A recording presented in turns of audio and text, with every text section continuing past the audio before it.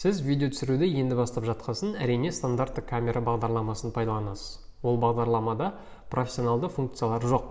Бірақ жаңа бастап жатқан сіздерге ол әзірше керек емес. Бұл бағдарламада фокус және жарықтықты, яғни яркостьті басқара алатын мүмкіндік бар. Ол үшін экранға басып тұрсаңыз болды. Фокустың тұрақты сақталғаны туралы ескерту шығады. Жоғарыға және төмен свайп жасап, қажетті жарықтықты орналастыруға болады.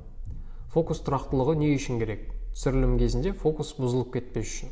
Бірақ ол өте сирек болатын нәрсе. Түсірілім кезінде негізгі экспозицияны дұрыс орналастырған жөн. Өйткені қозғалыс кезінде жарық тез секіріп кетсе, кадр бірден өз құндылығын жоғалтып алады.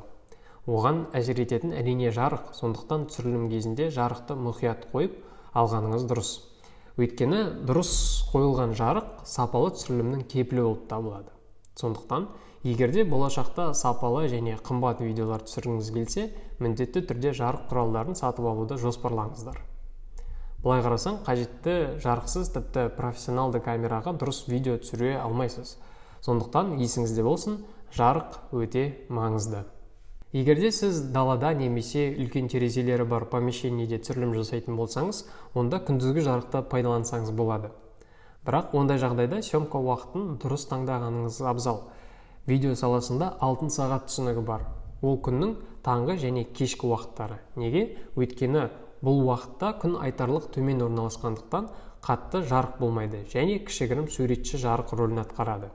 Түскі уақытта күн сәулесі тік жоғарыдан түскендіктен біріншіден адам түрінде қастарынан, мұрнынан тым қатты көлеңкелер түсіреді. Оған қоса қатты жарықтан басты кейіпкер түрі қатты әжімделіп, дұрыс эмоцияларды алуға қиынға соғады. Негізі түсірілімге нағыз керек ауа райы ол аспан, толықтай бұлтты болып тұрған кез. Сол кезде жердегі барлық объектілерге бірдей және жұмсақ жарық түседі. Біздің софтбокс алдында тұрған ақ мата есіңізде ғой? Вот сол бұлттар планетамыздың ең басты лампочкасы алдында сол ақ мата рөлін атқарады. Түсінікті ғой? Түсірілімге дұрыс уақыт таңдаудың өзі де білім, бірақ ол әрине уақытпен, тәжірибемен келетін нәрсе. Видеода шығармашылық сапа және техникалық сапа түсінігі бар.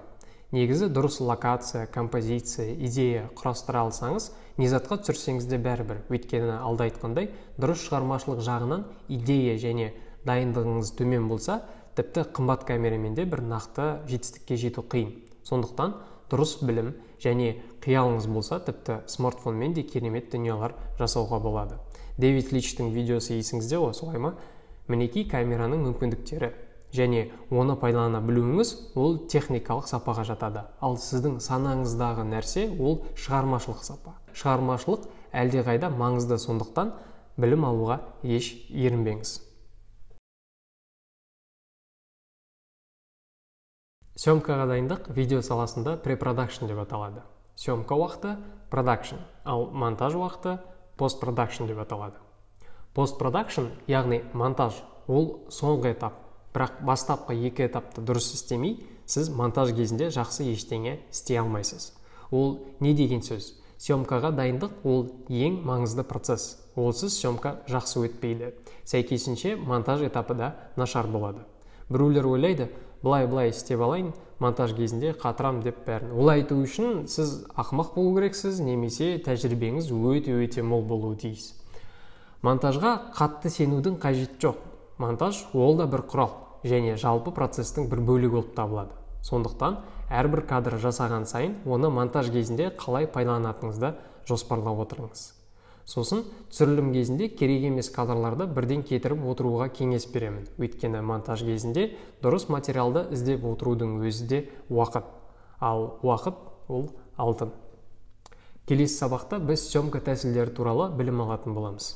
Көріскенше.